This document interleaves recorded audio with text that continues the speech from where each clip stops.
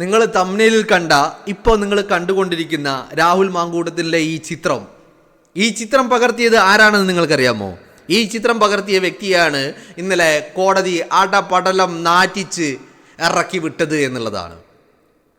പീഡനമാണ്, ബലാത്സംഗമാണ്, സാമ്പത്തിക ചൂഷണമാണ്, ക്രൂരതയാണ്, മർദ്ദനമാണ്, തുപ്പി അടിച്ചു എന്നൊക്കെ പറഞ്ഞ ആ ആള് തന്നെയാണ് ഈ ചിത്രം പകർത്തിയത് എന്ന് പറഞ്ഞാൽ ഈ ഫോട്ടോ എടുത്ത ആ വ്യക്തി തന്നെയാണ്. അപ്പോൾ ഈ ഫോട്ടോയൊക്കെ ഇന്നലെ കോടതിയിൽ വന്നിട്ടുണ്ടായിരുന്നു. അപ്പോൾ കോടതി ചോദിച്ചത് ആദ്യ കൂടിക്കാഴ്ച തന്നെ പീഡനമാണ്, ബലാത്സംഗമാണ്, ക്രൂരതയാണ്, മർദ്ദനമാണ്, തുപ്പിയെന്നും അടിച്ചെന്നും പറഞ്ഞ നിങ്ങൾ തന്നെയല്ലേ ഈ ഫോട്ടോ എടുത്തത്? നിങ്ങൾ തന്നെയല്ലേ ഇവിടത്തേക്ക് രാഹുലിനെ കൊണ്ടുപോയത്?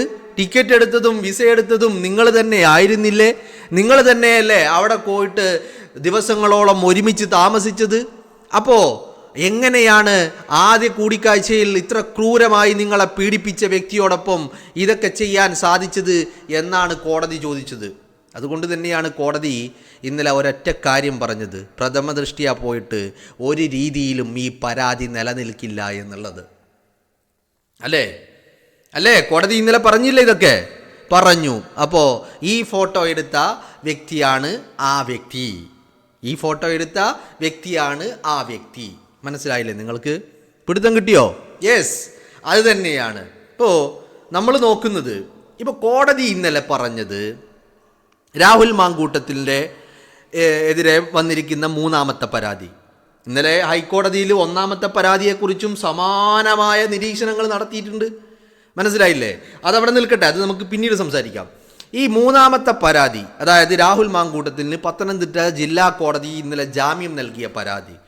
ആ പരാതിയിൽ കോടതി പറയുന്നു ബലാത്സംഗമല്ല, കോടതി പറയുന്നു പീഡനമല്ല, കോടതി പറയുന്നു ക്രൂരതയില്ല, കോടതി പറയുന്നു മർദ്ദനമില്ല, കോടതി പറയുന്നു സാമ്പത്തിക ചൂഷണമില്ല, കോടതി പറയുന്നു അവിഹിതമുണ്ട്, കോടതി പറയുന്നു എൻജോയ്മെൻ്റ് ഉണ്ട്, കോടതി പറയുന്നു സ്നേഹമുണ്ട്, കോടതി പറയുന്നു കാമമുണ്ട്, കോടതി പറയുന്നു ലൈംഗികതയുണ്ട്, പരസ്പര സമ്മതത്തോടുള്ള ബന്ധമായിരുന്നു എന്ന് കോടതി പറയുന്നു.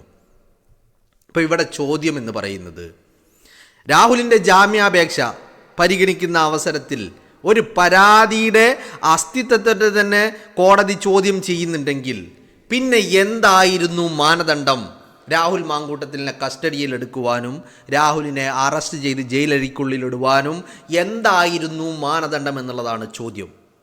അല്ലേ? ഇത്രയും വ്യാജമായിട്ടുള്ള ഒരു ഫേക്ക് കംപ്ലൈൻറ്റിൻ്റെ പുറത്ത് തട്ടിക്കൂട്ടി ഉണ്ടാക്കിയ ആരുടെയൊക്കെയോ നിർദ്ദേശപ്രകാരം ആരോ ഉണ്ടാക്കി കൊടുത്ത സാധനം, അത് ഇമെയിൽ വഴി മുഖ്യമന്ത്രിക്ക് ഫോർവേഡ് ചെയ്തിട്ട് ആ പരാതി, സോ കോൾഡ് പരാതി, ഇതിനെ ഒരു പരാതി എന്ന് പോലും വിളിക്കാൻ കഴിയില്ല, അങ്ങനത്തെ സോ കോൾഡ് പരാതിയെ രഹസ്യമാക്കി വെച്ച് രാഹുലിനെ കസ്റ്റഡിയിലെടുത്തതും അറസ്റ്റ് ചെയ്തതും എന്തായിരുന്നു ഇതിൻ്റെ മാനദണ്ഡം എന്നുള്ളതാണ്. അല്ലേ? നമ്മുടെ രാജ്യത്ത് ഇപ്പോൾ ഇതിങ്ങനെ അനുദിനം വർദ്ധിച്ചുകൊണ്ടിരിക്കുകയാണ്. ഇപ്പോൾ ഈ കഴിഞ്ഞ മാസം നിങ്ങളൊരു വാർത്ത കേട്ടിട്ടുണ്ടാവും. ഒരു പ്രായമുള്ള ഒരു വ്യക്തി ഒരു സ്കൂളിലെ സെക്യൂരിറ്റി ഗാർഡായി ജോലി ചെയ്തുകൊണ്ടിരുന്ന ഒരു വ്യക്തി, ആ സ്കൂളിലെ തന്നെ പ്രായപൂർത്തിയാകാത്ത ഒരു വിദ്യാർത്ഥിനിയുടെ പരാതിയിന്മേൽ ജയിലഴിക്കുള്ളിൽ കിടന്നത് 289 ദിവസമാണ്. 289 ദിവസം പോസ്കോ കേസ് ചുമത്തിയിട്ട് ആ പ്രായം ചെന്ന വയോധികനെ 289 ദിവസമാണ് അകത്തിട്ടത്. നിങ്ങളൊന്ന് ആലോചിച്ച് നോക്കൂ. അപ്പോൾ ഇത്തരത്തിലുള്ള വ്യാജ പരാതികന്മേൽ കേരളത്തിലുള്ള ആളുകൾ, പുരുഷന്മാർ സഹിക്കേണ്ടി വരുന്നത് എത്രത്തോളമാണ്? അവരുടെ കൂട്ടത്തിൽ രാഹുൽ മാങ്കൂട്ടം സഹിച്ചത് അതിലും വലിയ ഒരു വേട്ടയാടലാണ്. അല്ലേ? രാഹുൽ മാങ്കൂട്ടം ഒരു ജനപ്രതിനിധിയാണ്. അയാൾക്ക് നഷ്ടപ്പെട്ടത് അയാളുടെ മാനമാണ്, ആത്മാഭിമാനമാണ്, അയാളുടെ വിലപ്പെട്ട സമയങ്ങളാണ്. അതും തെരഞ്ഞെടുപ്പിന് തൊട്ടു മുൻപുള്ള വിലപ്പെട്ട സമയങ്ങൾ അയാൾക്ക് നഷ്ടപ്പെടുത്തിയത് എന്തിനു വേണ്ടിയിട്ടായിരുന്നു?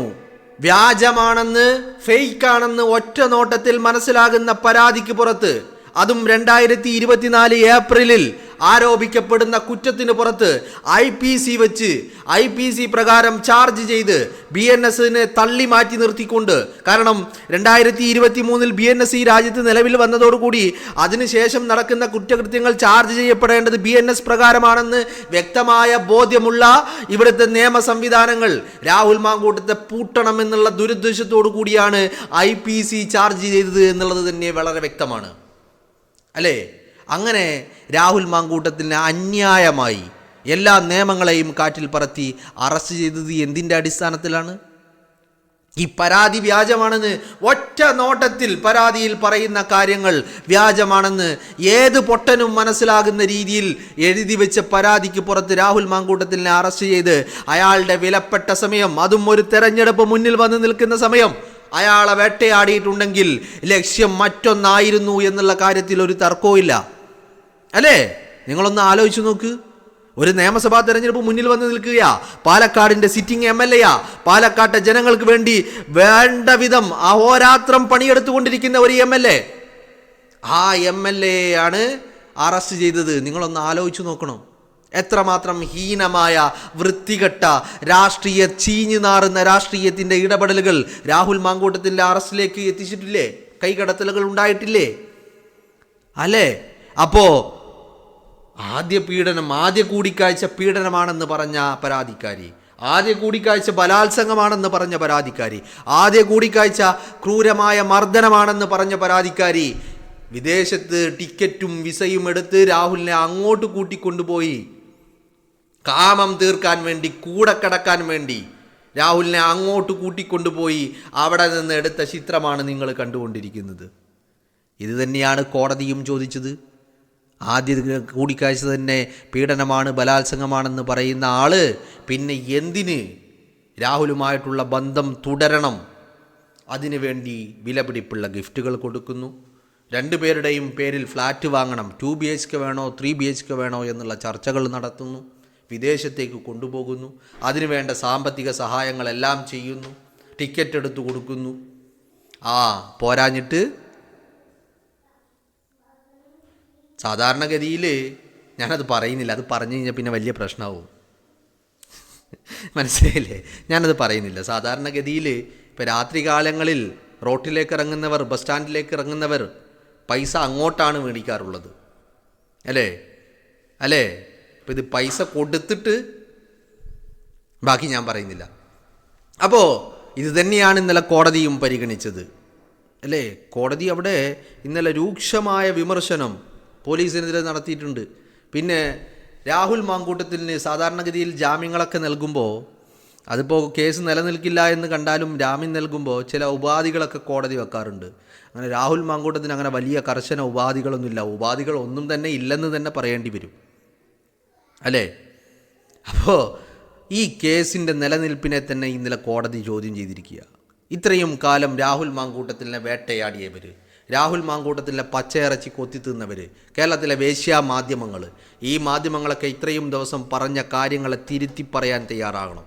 ധാർമ്മികത എന്ന് പറയുന്നുണ്ടെങ്കിൽ, അതില്ലെങ്കിൽ പിന്നെ നിങ്ങളോട് വർത്താനമില്ല. കാരണം വീട്ടിലുള്ള ആളുകളെയും ചൂണ്ടിക്കാണിച്ചാൽ അവരെയും കൂട്ടിക്കൊടുക്കാൻ തയ്യാറാകുന്ന ഈ വേശ്യാ മാധ്യമങ്ങൾ, ഈ മാമ പണിയെടുക്കുന്ന കൂട്ടിക്കൊടുപ്പുകാരോട് എന്ത് ധാർമ്മികത പറയാനാണ് നമ്മൾ?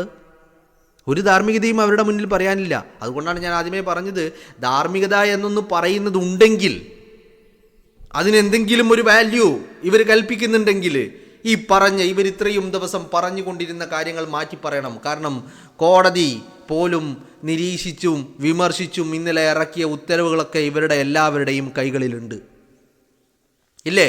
ഉണ്ട്. എന്നിട്ട് ഇനിയും തിരുത്തി പറയാൻ തയ്യാറാവുന്നില്ലെങ്കിൽ ഈ വേശ്യാ മാധ്യമങ്ങൾക്ക് പ്രത്യേക അജണ്ടയുണ്ടായിരുന്നു, ഈ ഫോട്ടോ എടുത്ത ആൾക്കും അജണ്ടയുണ്ടായിരുന്നു എന്നുള്ള കാര്യത്തിൽ ഒരു തർക്കവും എനിക്കില്ല അല്ലേ? അതുകൊണ്ടാണല്ലോ 2025 ഓഗസ്റ്റിൽ ഈ പരാതിക്കാരിയെ റിനി ആൻ ജോർജ് എന്ന് പറയുന്ന ഡാഷ് മോള് അങ്ങോട്ട് വിളിച്ച് സാങ്കല്പിക പരാതിക്കാരിയാവാൻ തയ്യാറുണ്ടെന്നോ എന്ന് ചോദിച്ച ഒരു ഘട്ടമുണ്ടായിരുന്നു. ആ ഘട്ടത്തിൽ പോലും നോ പറഞ്ഞ് ഒഴിഞ്ഞു മാറിയ ആൾ പിന്നെ എങ്ങനെയാണ് 2026 ജനുവരി ആകുമ്പോൾ പരാതിയുമായി വന്നത് എന്നുള്ളതാണ് മനസ്സിലാവാത്തത്.